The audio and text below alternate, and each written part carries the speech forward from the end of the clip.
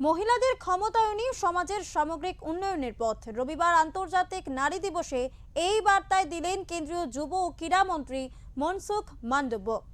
আন্তর্জাতিক নারী দিবস উপলক্ষে কলকাতায় আয়োজিত ফিট ইন্ডিয়া পিঙ্ক সাইক্লোথনে অংশ নিয়ে তিনি বলেন, খেলাধুলো এবং ফিটনেসে নারীদের বেশি অংশগ্রহণ দেশের অগ্রগতির জন্য অত্যন্ত গুরুত্বপূর্ণ।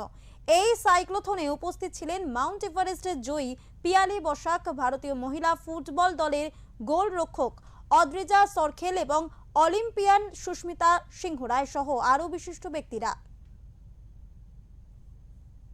কলকাতায় অনুষ্ঠিত হলো ফিট ইন্ডিয়া পিঙ্ক সাইক্লোথন।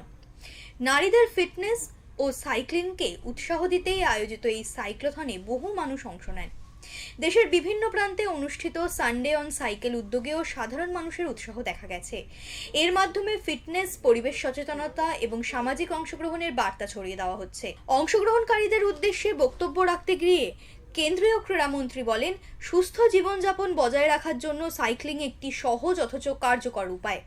নারীদের খেলাধুলা ও জনজীবনে অংশগ্রহণ বাড়ানোর উপর জোর দিয়ে তিনি বলেন, যখন মহিলারা ক্ষমতায়িত হন তখন পরিবার ও সমাজ সমৃদ্ধ হয়, যা সরাসরি জাতি গঠনে অবদান রাখে। हमारे देश की महिला सामान्यतः परिवार की ज़्यादा चिंता करती है, अपने बच्चे को पालने में भी ज़्यादा व्यस्त रहती है, चिंतित भी रहती है और ऐसी स्थिति में कई बार अपने स्वास्थ्य के प्रति उपेक्षित रहती है।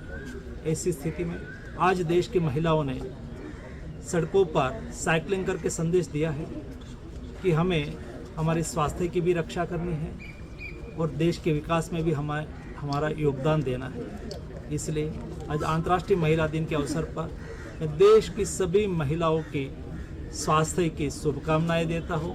এই সাইক্লোথনে উপস্থিত ছিলেন মাউন্ট এভারেস্ট জয়ী পিয়ালি বসাক, ভারতীয় মহিলা ফুটবল দলের গোলরক্ষক অদ্রিজা সরখেল এবং অলিম্পিয়ান সুস্মিতা সিংহ রায় সহ আরও বিশিষ্ট ব্যক্তিত্বরা। উল্লেখ্য, 2024 সালের ডিসেম্বরে কেন্দ্রীয় ক্রীড়ামন্ত্রী এই fit India Sunday on cycle উদ্যোগ চালু করেন।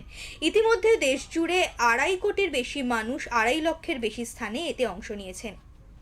ব্যুরো রিপোর্ট, ওঙ্কার বাংলা।